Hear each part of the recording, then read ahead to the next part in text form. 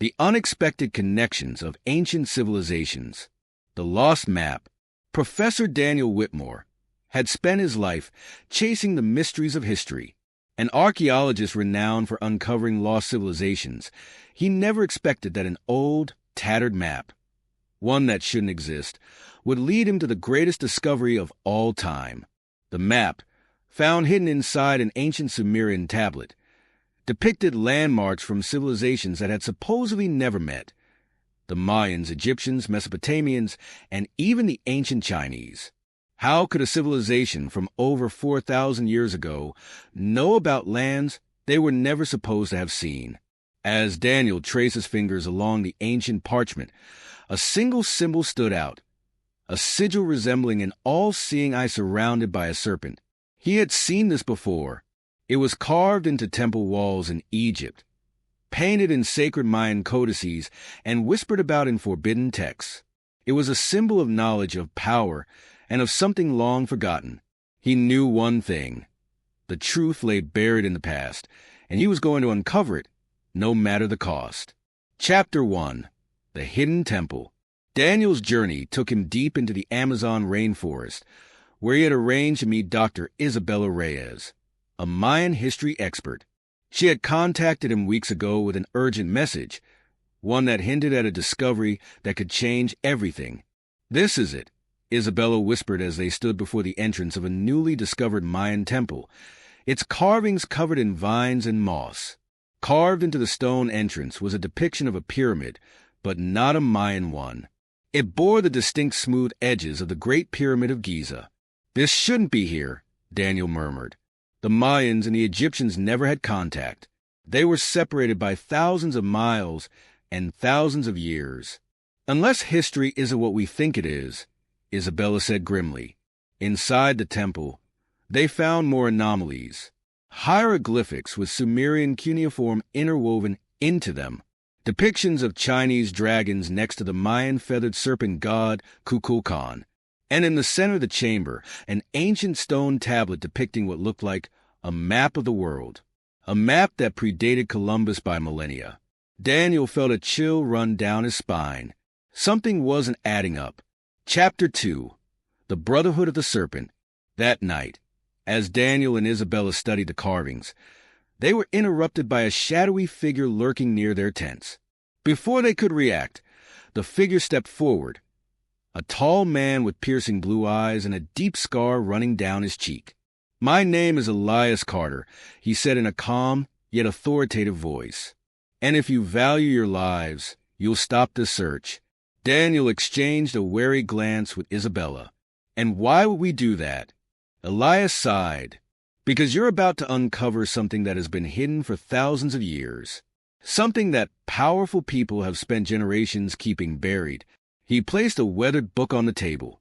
Its cover bore the same serpent and eye symbol from the map. "This is the history you weren't taught," Elias said. "The Brotherhood of the Serpent, the hidden force behind the great civilizations of the past. According to the book, long before recorded history, an ancient order of scholars, mystics, and architects traveled the world, passing knowledge between civilizations. They were the unseen hands that built the pyramids, mapped the stars, and engineered wonders that modern scientists still struggle to explain. But something happened, something catastrophic. A war, a betrayal, and the Brotherhood was lost to time, erased from history by those who sought to control knowledge." Daniel felt his pulse quicken. "You're saying there was a civilization before all the ones we know? One that connected them all?" Elias nodded. "And their knowledge still exists, hidden in places like this." Chapter 3. The Stargate. Their next clue lay in Egypt, where the Temple of Osiris held an inscription eerily similar to the one in the Mayan temple. The writing spoke of a gate of the gods, an ancient structure said to connect distant lands in an instant. It was a concept eerily similar to the Mayan ladder to the sky and the Sumerian path of Anu, both of which were myths of gods traveling between realms. But what if they weren't myths? Daniel and Isabella, now joined by Elias, followed the inscriptions deep into an undiscovered chamber beneath the Great Pyramid. What they found was beyond belief. A massive circular stone structure, sat at the center of the chamber. Around its edges were the same symbols they had seen in both the Mayan and Mesopotamian sites. It was unlike anything they had seen before. "This isn't just a legend," Isabella whispered. "This is real." As they examined the structure, Daniel noticed something. Burn marks along the stone floor, as if it had once emitted intense heat. But what struck him most was a carving at the top of the structure, a star map showing constellations not visible from Earth. And in the center of it all was the serpent and eye symbol. Before they could process their discovery, they heard footsteps approaching. A group of armed men stormed the chamber, weapons drawn. "You were warned," Elias muttered, drawing a gun. The Brotherhood's enemies had arrived. The unexpected connections of ancient civilizations. The Cradle of Echoes. Chapter 5. The City of Dawn. The portal deposited them onto a platform of polished obsidian, overlooking a city unlike any they had ever imagined. It was a place where architecture defied gravity, where buildings shimmered with an ethereal light, and where the sky was a canvas of swirling nebulae. This was no earthly city. It was a testament to a civilization far beyond human comprehension. "Welcome to Ethelred," Elias announced, his voice filled with a mixture of awe and melancholy. The Cradle of Echoes.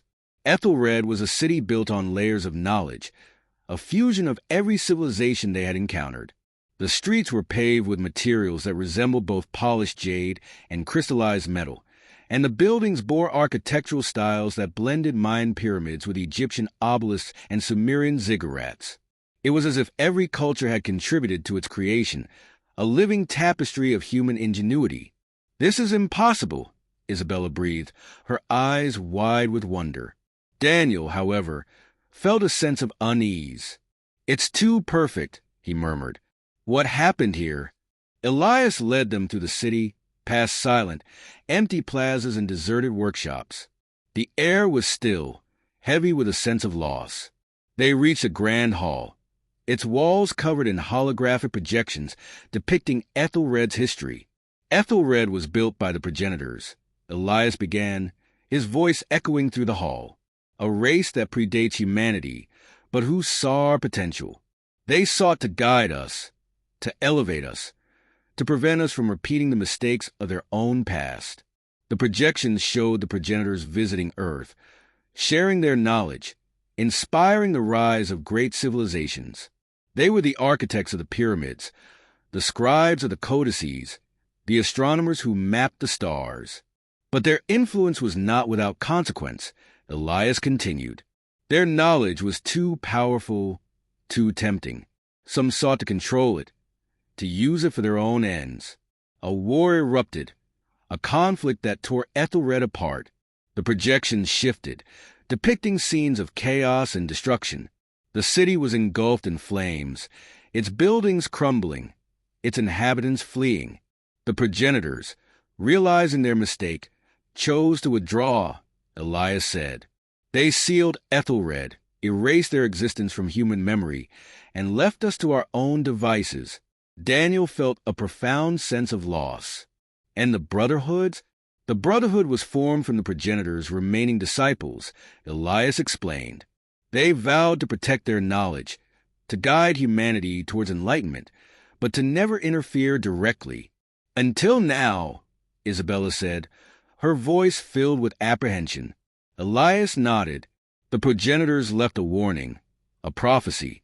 They foresaw a time when humanity would rediscover their secrets, a time when the echoes of their war would resonate once more. And they warned of a threat, a darkness that would consume all. Chapter 6. The Shadow of the Progenitors. As they explored Ethelred, they discovered remnants of the progenitors' technology, devices that could manipulate gravity, holographic projectors that could create lifelike illusions, and energy sources that defied modern physics. They were witnessing the pinnacle of scientific achievement, the legacy of a civilization that had transcended human limitations. But the more they learned, the more they realized the progenitors' power was a double-edged sword. Their technology, while capable of incredible feats, was also incredibly dangerous, capable of causing unimaginable destruction. "We have to stop this," Daniel said, his voice filled with urgency.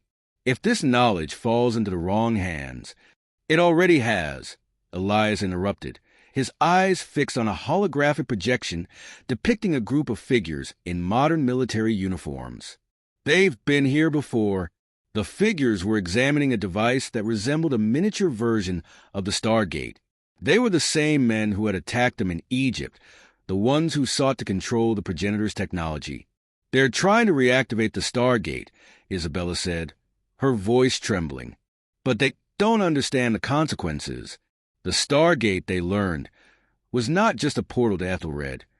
It was a conduit to other dimensions, other realities. If it were reactivated without proper safeguards, it could unleash forces beyond human comprehension. We have to stop them," Daniel said. "But how?" Elias led them to a hidden chamber, a control center for Ethelred's defenses. Within it, they found a holographic interface that displayed a map of the city and its surrounding areas. "There at the central energy core," Elias said, pointing to a flashing red dot on the map. "That's where they're trying to reactivate the Stargate." They raced through the deserted city, their footsteps echoing through the silent streets. They reached the energy core, a massive structure that pulsed with a blinding light. The armed men were there, their leader, a man with a cold, calculating gaze, overseeing the reactivation process. "You're too late," the leader said, his voice laced with triumph. "The gate is opening." Chapter 7. The Echoes of Oblivion. The Stargate began to hum, its energy building to a crescendo. The air crackled with power, and the ground trembled beneath their feet. The symbols on the gate glowed, and a vortex of swirling energy began to form. "Stop them!" Elias shouted, drawing his gun. Gunfire erupted, but the attackers were too focused on the gate to be deterred. They were driven by a hunger for power, a desire to control the progenitor's legacy. Daniel and Isabella, realizing they couldn't stop them with force, turned to the control interface. They frantically searched for a way to disable the gate, to shut down the energy core. "I found it!" Isabella shouted, her fingers flying across the holographic controls. "But it requires a sequence, a code." Daniel, remembering the symbols they had seen in the Mayan and Egyptian temples, quickly recited the sequence. Isabella entered the code, and the energy core began to overload. The Stargate pulsed violently, its vortex expanding, threatening to consume them all. The attackers, realizing their mistake, tried to flee, but it was too late. The energy core exploded, sending a shockwave through Ethelred. The Stargate collapsed, its vortex imploding, creating a singularity that swallowed the attackers and their technology. The city trembled, its buildings swaying, its foundations shaking. But the danger was averted. The Stargate was sealed, its power contained. As the dust settled, Daniel, Isabella, and Elias stood amidst the ruins of the energy core, their faces grim. They had prevented a catastrophe, but they knew their journey was far from over. "The progenitor's knowledge is still out there," Elias said, his voice filled with concern. "And there are others who will seek to control it." "Then we have to find it first," Daniel said, his eyes filled with determination. "We have to protect it." They left Ethelred, stepping back through the portal, returning to Earth. They carried with them the knowledge of a lost civilization, the legacy of the progenitors, and the responsibility to safeguard humanity from the echoes of their power. The truth was no longer buried in the past. It was a burden they carried into the future, and they knew, with a chilling certainty, that the echoes of Ethelred would resonate for generations to come.